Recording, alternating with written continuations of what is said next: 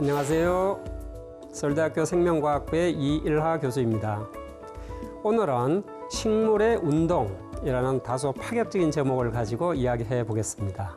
동물의 운동에 해당하는 것이 식물에서는 생장이라고 얘기를 했습니다. 식물이 생장을 통해서 반응하기 때문입니다.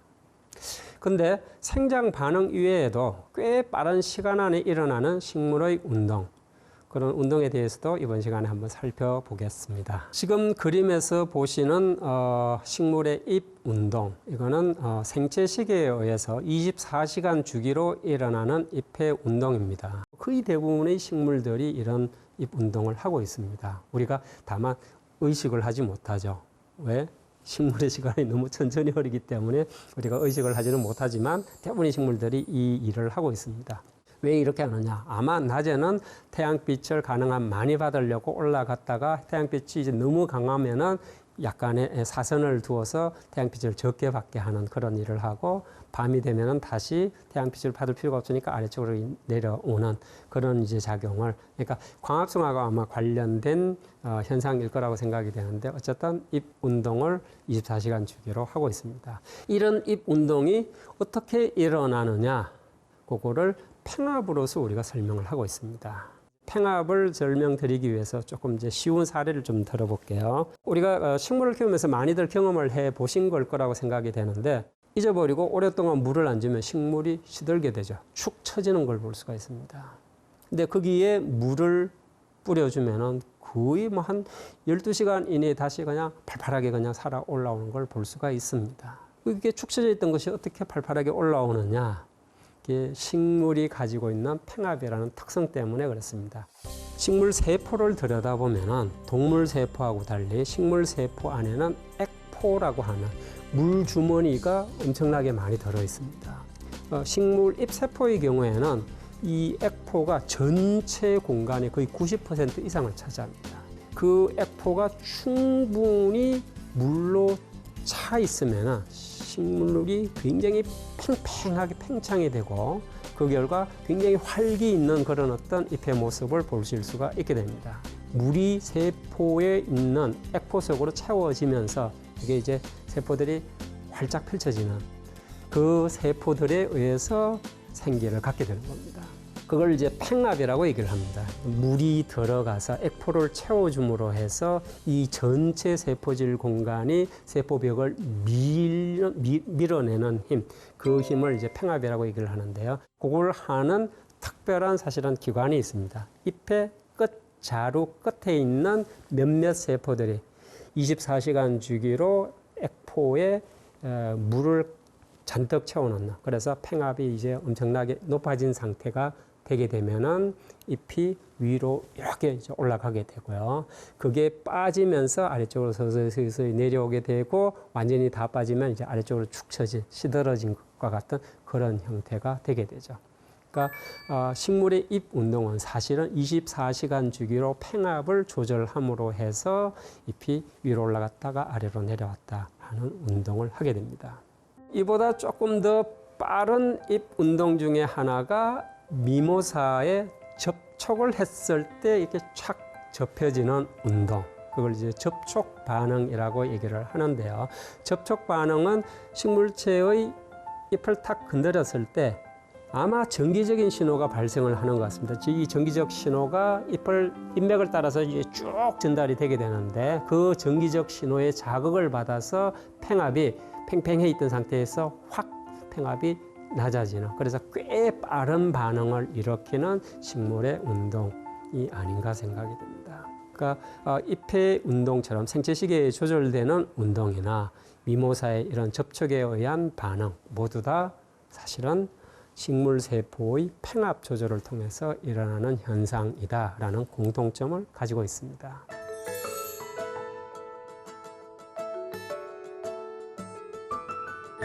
이 동영상은 빛의 방향으로 자라는 굴광성 반응을 타임랩스로 보여주고 있습니다. 전형적인 생장 반응 중에 하나이죠. 이 운동을 설명하려면 다윈의 호르몬이라고 알려져 있는 식물 호르몬 옥신에 대해서 얘기할 필요가 있습니다. 다윈 부자는 식물의 굴광성 현상을 실험을 통해서 꽤 많이 살펴본 연구한 과학자들입니다. 다윈의 고전적인 실험으로 사용되었던 암흑 상자인데요. 한쪽에 이제 창을 뚫어놓고 식물재를 키워보면 이 창 방향, 즉 빛이 들어오는 방향으로 식물이 자라는 것을 보고 왜 어디에서 빛을 인지하는지, 어떻게 해서 빛의 방향으로 휘어지는지 그 연구를 이제 하게 되는데요. 굴광성 반응을 설명하기 위해서 사용했던 식물 재료가 귀리의 자협초라고 알려져 있는, 이게 귀리가 이제 싹이 나고 있는 새싹을 가지고 실험을 했습니다. 이 새싹이 자라고 있는 동안에 한쪽 방향에 빛을 쬐어주면 이 자협초라는 이 지상부가 휘어지는 현상을 이제 보게 된 거죠. 그다음에 이게 빛을 어떻게 이 자협초가 인지를 하지라는 걸 이해하기 위해서 이 끝부분을 자르는 실험을 해보았습니다. 자른 다음에 한쪽 방향에서 빛을 쬐어 주었는데 굴광성 반응을 못하는 것을 보았습니다. 자협초 끝부분에 빛을 인지하는 무언가가 있다라는 걸 암시를 하죠. 그걸 다시 한번 확인하기 위해서 불투명한 골물을 자협초 꼭대기에다가 씌워놓고 역시 굴광성 반응을 확인을 해봤는데 휘지 않는 걸 보았습니다. 즉 이 얘기는 자협초의 끝부분에 무언가가 생성이 되어서 그거에 의해서 굴광성 반응이 일어난다라는 걸 이제 보여주는 실험입니다. 이후에 보이슨 앤 젠슨이라는 식물 생리학자가 다윈의 이 굴광성 실험을 계속 이어가는 실험을 하게 되는데요. 자협초 끝에다가 한쪽 방향에 이제 빛을 쬐어주는 굴광성 반응을 보면서 머리 쪽 아래쪽 부분에 석영 조각을 이렇게 살짝 꼽아 보았습니다.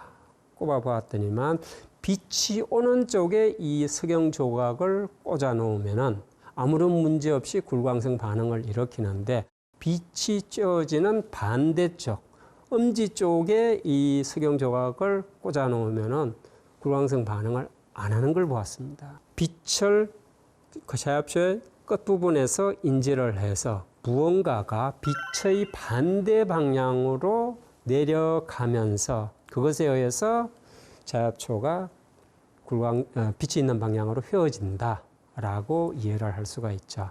그래서 이렇게 밑으로 이동되어 가는 어떤 물질, 그걸 다윈의 호르몬 옥신이라고 불렀고요. 꼭대기에서 생성된 옥신이 빛의 반대 방향으로 쭉 수송되어 가기 때문에 나타나는 현상이고요. 옥신에 노출된 식물 세포가 길이가 길어지는, 그걸 세포 신장이라고 얘기를 합니다. 빛의 반대 방향, 그늘진 쪽에 있는 세포들이 옥신에 노출이 되고 세포들이 신장이 되니까 그늘진 방향은 세포 신장에서 길어지게 되고 빛이 쬐어지는 방향에는 여전히 짧은 상태니까 자연스럽게 휘어지게 되는 거죠. 그래서 여기서 옥신이 하는 일은 줄기세포의 세포 신장을 일으키는 역할을 한다라고 얘기를 할 수 있습니다.